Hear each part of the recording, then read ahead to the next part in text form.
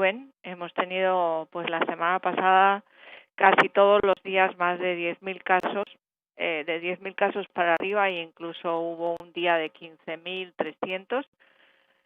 Todavía las cifras de hoy no han salido porque salen enseguida, pero ayer tuvimos 12.478 casos nuevos y 87 muertes, y estamos nada menos que en 83.489 casos desde el 1 de marzo.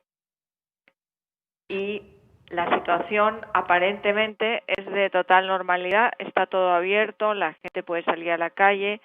El epicentro, y lo que han llamado el Wuhan con playa, diría yo, es Miami-Dade, el condado más que peor está de todos y donde más casos hay. Pero si uno pasea por las calles, lo único que le va a llamar la atención es las mascarillas, porque se han hecho obligatorias, y ahora incluso si la policía te para y no tienes mascarilla y no tienes una razón médica para no llevarla, pues puedes tener que pagar una multa de $100. La primera vez creo que son 50 y después va subiendo si tienes sucesivas infracciones. Pero como te digo, está todo, salvo los bares, y está todo abierto. O sea, las playas se puede asistir a las playas, puedes ir a un restaurante, los restaurantes atienden solo en las terrazas, afuera, adentro solo puedes pedir comida para llevar. Pero digamos que lo que sorprende es que hay una cierta normalidad y muchos avisos de los políticos diciendo que como no nos portemos bien y no nos pongamos las mascarillas y no guardemos las distancias de seguridad, van a cerrar otra vez la economía y vamos a tener que volver todos a casa. Pero finalmente es como, no sé si en México se dice también, en España se dice el cuento del lobo, ¿no? Que siempre nos están advirtiendo que va a venir, pero por ahora no llega, porque claro, las consecuencias de volver a cerrar la economía son muy graves. Miami es una ciudad de pequeños negocios básicamente, y llevan muchos meses ya pues teniendo pocos ingresos. No todos podrían aguantar un cierre. Entonces los políticos se debaten en si apostarle a la salud o apostarle a la economía, y al final pues tienen que encontrar un equilibrio, que es esta cosa rara de que aparentemente todo es normal, pero todos los días nos encontramos con miles de casos nuevos, cada vez hay más gente que uno conoce que se ha contagiado, y bueno, pues no sé lo que hacen los demás, lo que sí sé es lo que hago yo, y yo lo que hago es trato de cuidarme, pues no salir mucho, más que lo justo y necesario, y ir siempre con mascarilla y procurar evitar pues el contacto directo con personas que no sean las de mi círculo, digamos. Claro.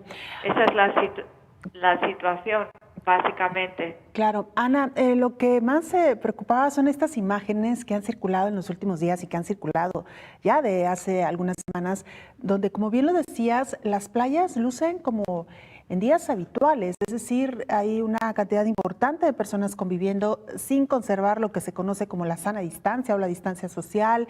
El uso de mascarillas en la playa no se ve tan frecuente como cuando las personas caminan en las zonas urbanas. Es decir, que llama mucho la atención también este tipo de conductas en medio de una situación tan preocupante, como bien lo has explicado. Y yo te quisiera preguntar en específico, en estos momentos, ¿cómo se encuentran respecto a la capacidad de los hospitales? ¿Cuál es la situación en cuanto para proveer atención? Pues en el caso de Miami-Dade, es una ciudad donde hay turismo hospitalario, viene mucha gente a tratarse aquí de determinadas dolencias y a operarse, muchos de América Latina. Bueno, tenemos muchos hospitales en Miami y algunos muy buenos. Por ahora no hay una escasez de camas, pero por ejemplo hoy surgió un dato preocupante porque no todo el estado está igual. O sea, la parte sur, Miami, Broward, Palm Beach y Los Cayos es la zona donde más se concentran los casos y las muertes, pero luego hay otras zonas de Florida, donde la situación es mucho menos grave, ¿no? Pero hoy se ha conocido que hay 49 hospitales en Florida que ya tienen las camas de la unidad de cuidados intensivos están todas ocupadas, o sea, tienen cero disponibilidad de camas en las unidades de cuidados intensivos. Esto es una cuestión de tiempo.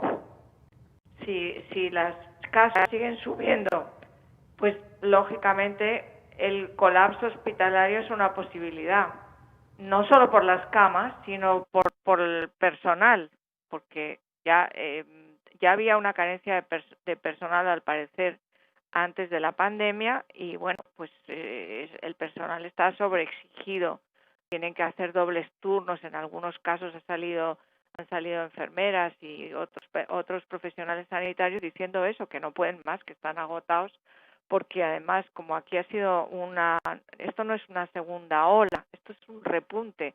Aquí los casos nunca han bajado, lo que pasa es que antes subían de una manera más lenta y ahora ha empezado como una carrerilla que cada día va subiendo más y más, pero nosotros nunca hemos doblado la curva.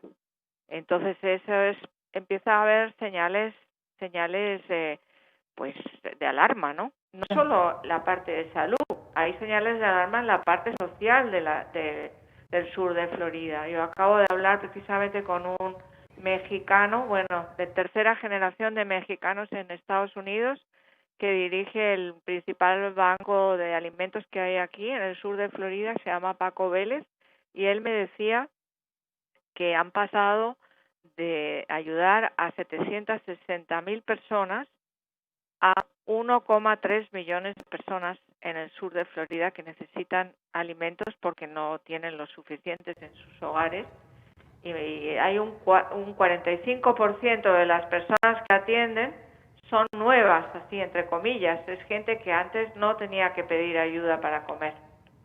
Claro. Y eso es muy grave. Y también me decía que es cuestión de tiempo, que si esto dura mucho, pues obviamente escasearán los alimentos. Claro. Ana, muy brevemente para concluir con esta charla, tú nos decías, ustedes no controlaron en ningún momento la pandemia, es decir, avanzaba de manera lenta, en los últimos días ha tenido un repunte mucho más acelerado. ¿A qué se debe? ¿Se reabrieron algunas actividades o hasta ahora qué se ha dicho? Bueno, ¿por qué estos repuntes? Ha habido toda clase de teorías. Y los científicos dicen que es un conjunto de todas. El repunte de los casos coincide prácticamente con unas semanas después de la entrada en la fase 2 de la reapertura, que suponía prácticamente la apertura de todos los negocios, salvo en algunos lugares como Miami-Dade y Broward, donde íbamos más lento, ¿no? Entonces, una de las razones es que la reapertura pudo ser demasiado rápida. Otra es que es la teoría a la que se acoge el gobernador de Florida, igual que el presidente Donald Trump, que es que como hay más pruebas, se hacen más pruebas ahora que al principio, pues hay más casos. Eso la mayoría de los médicos lo rebaten y dicen que no es así. Y fundamentalmente yo creo que lo que ha habido es una inconsciencia, algunos la han llamado estupidez incluso, una inconsciencia de algunas personas, especialmente jóvenes, que han creído que porque el Estado había entrado en la segunda fase de reapertura ya se podía hacer todo como antes. Y entonces han empezado a ir a bares, a reunirse, a descuidar la seguridad, porque toda esa reapertura estaba hecha en base a que se mantuviera todavía pues el uso de mascarillas, la distancia de seguridad,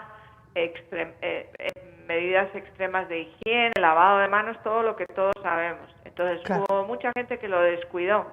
Claro. Ana, pues ha sido interesante escuchar sin duda alguna esta experiencia, porque lo que nos nutre, nos sirve y evidentemente queremos retomar es qué no hacer para que en países donde estamos cruzando la pandemia pues tomemos las riendas de una manera mucho más seria y no pase lo que está pasando en ciudades como Miami. Tendremos oportunidad de charlar de nueva cuenta contigo. Ana, muchas gracias por esta conversación. Muchas gracias, Belén, y bueno, me despido de la audiencia, espero que nos vaya a todos muy bien aquí y allá. Claro que sí, un abrazo. Gracias.